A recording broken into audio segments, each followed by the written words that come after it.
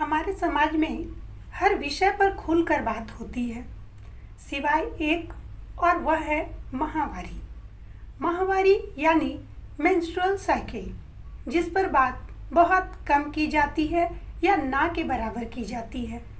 हाँ, बात तब की जाती है जब कोई समस्या उत्पन्न होती है, और वह भी कहने में लोग शर्म करते हैं, जबकि सबसे ज़रूरी यही विषय है जिस पर कि सबसे ज़्यादा बात होनी चाहिए।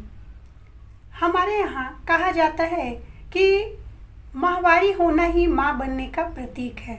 सचमुच यह सच भी है, क्योंकि माहवारी जो माँ नहीं होगी, यानी माँ तो उसे हम कह ही नहीं सकते। जो लड़की माहवारी नहीं होती है, आगे चलकर उसके लिए कई समस्याएं खड़ी हो जाती है। यदि शादी ब्याह की जाए, उसके बाद यदि वह माहवारी नहीं हो रही है तो उसके घर में दूसरी शादी की नौबत आ जाती है।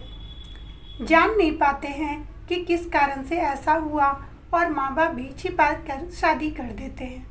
इसलिए इस विषय पर गंभीरता से विचार करना चाहिए, और यदि आपके आसपास कोई भी बच्ची ऐसी दिखे, या आपके घर में परिवार में कोई भी बच्ची ऐसी दिखे जिसकी माहवारी 9 से 12 साल के बीच नहीं आई हो, तुरंत चिकित्सीय सलाह लें, डॉक्टर से दिखाएं।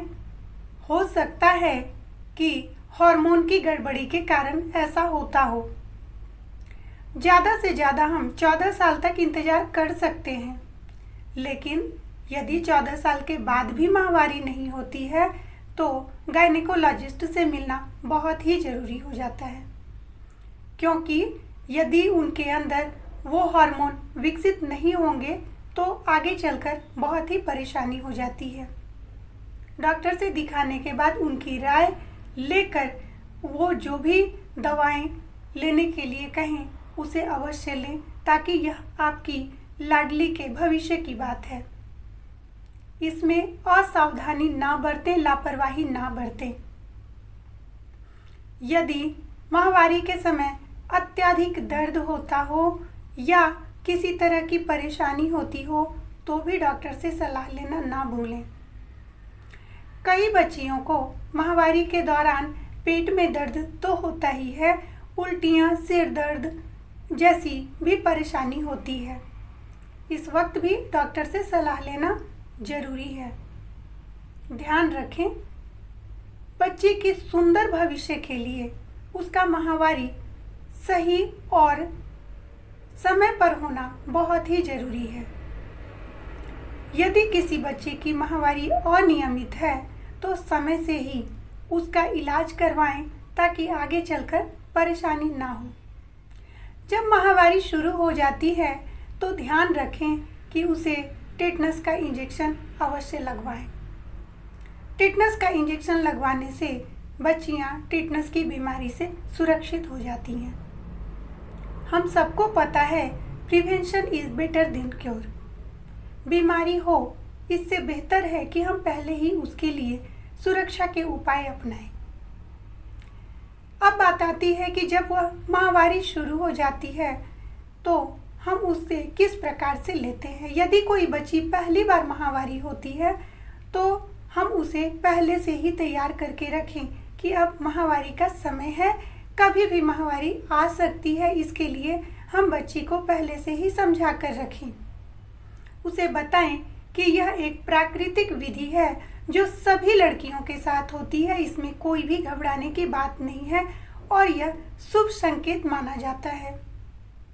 जब यह बात उस बच्ची को पता होगी तो वह भयभीत नहीं होगी और खुलकर अपनी बात माँ से या घर के अन्य सदस्य से कह पाएगी। उसके बाद जब वह माहवारी शुरू हो जाती है तो उसके पैड के साफ सफाई का भी ध्यान रखें और सही निपटारे का भी ध्यान रखें। उन्हें सलाह दें कि दिन भर में कम से कम 4 बार पैड अवश्य बदलें, 4 बार नहीं तो 3 बार अवश्य बदलें। पैड बदलने से पहले और बाद में अपने हाथों को साबुन से अच्छी तरह से धो लें। हालांकि कपड़े का यूज़ तो अब ना के बराबर हो रहा है, लेकिन फिर भी यदि कपड़े का यूज़ करना हो तो उसे अच्छी तरह साबुन पानी से धोकर धूप में सुखाकर और इस्त्री करके ही उसे यूज़ करें। एक कपड़े को 2 से 3 बार से ज़्यादा यूज़ ना करें। यह भी इन्फेक्शन लगने का खतरा उत्पन्न करता है। माहवारी में जो पैड या कपड़े लिए जाते हैं उसे यहाँ वहाँ ना फेंकें, क्योंकि इससे वातावरण को नुकसान होता है। वातावरण में गंदगी फैलने से वातावरण दूषित होता है और कई बीमारियों को लेकर वह खतरा उत्पन्न करता है। इसलिए माहवारी के कपड़ों और पैड को सुरक्षित निपटारे के लिए उसे पेपर या कागज़ में लपेटकर एक निश्चित जगह पर रखें और जब माहवारी खत्म हो जाती है तो उसे जला दें। इस तरह से इसके निपटारे के लिए कई जगहों पर इंसिनरेटर का इस्तेमाल किया जा रहा है। इंसिनरेटर यानी भस्मीकरण यंत्र, जिसे हाथों से ही बनाया जाता है और चूल्हे का आकार देकर उसमें पैड को जला दिया जाता है। इससे न पैड यहाँ वहाँ बिखरेंगे और न ही वातावरण को दूषित करेंगे।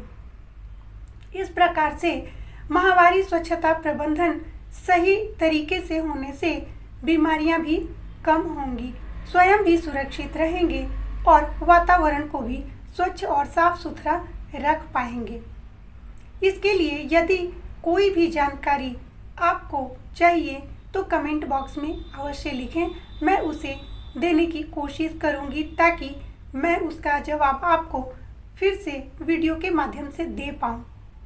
यदि आपको माहवारी से लेकर कोई भी सवाल व्यथित करते हों या चिंतित कर रहे हों तो आप मुझे कमेंट बॉक्स में लिखें और आप निश्चिंत रहें कि मैं उसका जवाब अवश्य दूंगी। इस प्रकार हम अपने बच्चियों के भविष्य को सुरक्षित कर सकते हैं, लेकिन उसमें कोई एक इंसान कुछ नहीं कर सकता। उसके लिए आप सबके सहयोग की अपेक्षा है। धन्यवाद।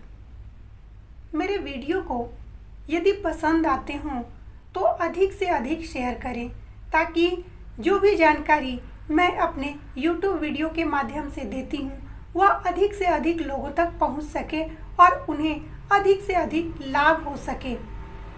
धन्यवाद।